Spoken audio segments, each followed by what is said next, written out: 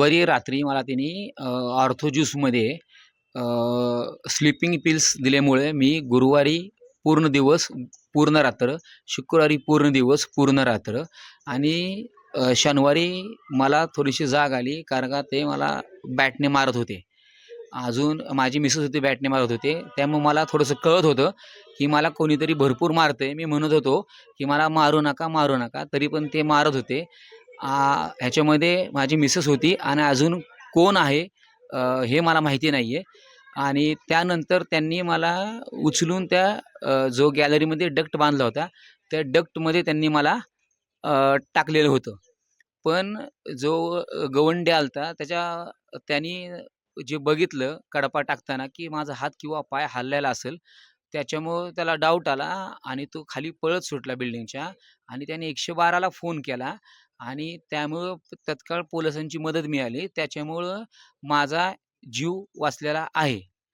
त्यावेळेस शनिवारी जो हा प्रकार घडला मला मारण्याचा आणि पुरून टाकण्याचा, त्यावेळेस मी, माझी आई आणि माझी पत्नी घरामध्ये होतो आणि माझ्या आईचा पाय फ्रॅक्चर आहे आणि माझ्या आईला पण तिने झोपेच्या गोळ्या दिल्या. त्यामुळं माझी आई पूर्ण बेशुद्धावस्थेत होती. त्यामुळं माझ्या आईला ह्याची काहीच कल्पना नव्हती.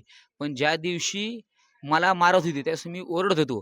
त्यामुळं तिला थोडीशी जाग आली आणि ज्यावेळेस तिला हे कळालं की काहीतरी प्रॉब्लेम चाललाय, तर त्यावेळेस आमच्या आईनी आमच्या सोसायटीमधील एका व्यक्तीमार्फत संपर्क साधून आमच्या भावाला पाचारण केलं आणि भावाला पाचारण करून त्यावेळेस भावाला ज्यावेळेस पाचारण केलं, त्यावेळेस पोलीस पण तिथं उपस्थित होते.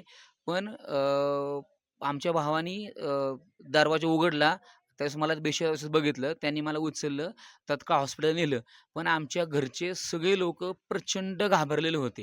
तात्काळ तपास व्हावा याचे सर्व अँगल म्हणजे कॅलेंडरवरती 13 आणि 14 जुलै म्हणजे ज्या दिवशी अमावास्या होती, त्या दिवशी त्यांनी नो रिझल्ट असं लिहिलेलं आहे. तर त्याचा अर्थ काय? एक दुसरा असा आहे, की घरामध्ये जी कुऱ्हाड आणली, ती कुऱ्हाड कुठून आणली? ऑनलाईन मागवली, ऑफलाईन घेतली, कुठून घेतली, कशासाठी घेतली, त्याची चौकशी व्हावी.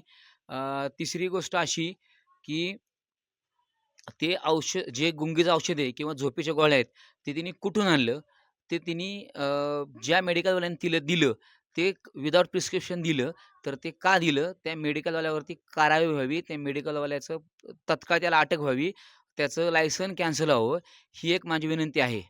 आणि प्लस असं आहे, सगळ्यात महत्त्वाचं म्हणजे माझी मुलं गायब आहेत. माझी मुलं सासरच्या लोकांनी घेऊन गेले आहेत. माझा मुलगा आहे अ, अ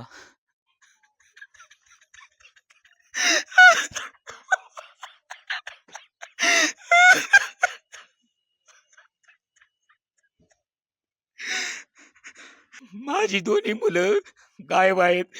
माझा मुलगा आणि माझी मुलगी ते कुठं आहेत आणि त्यांना तिच्यापासून धोका आहे आणि माझ्या सासरकडपासून लोकांपासून धोका आहे. तर त्यांनी माझी मुलं माझ्या स्वाधीन करावी, ही माझी विनंती आहे.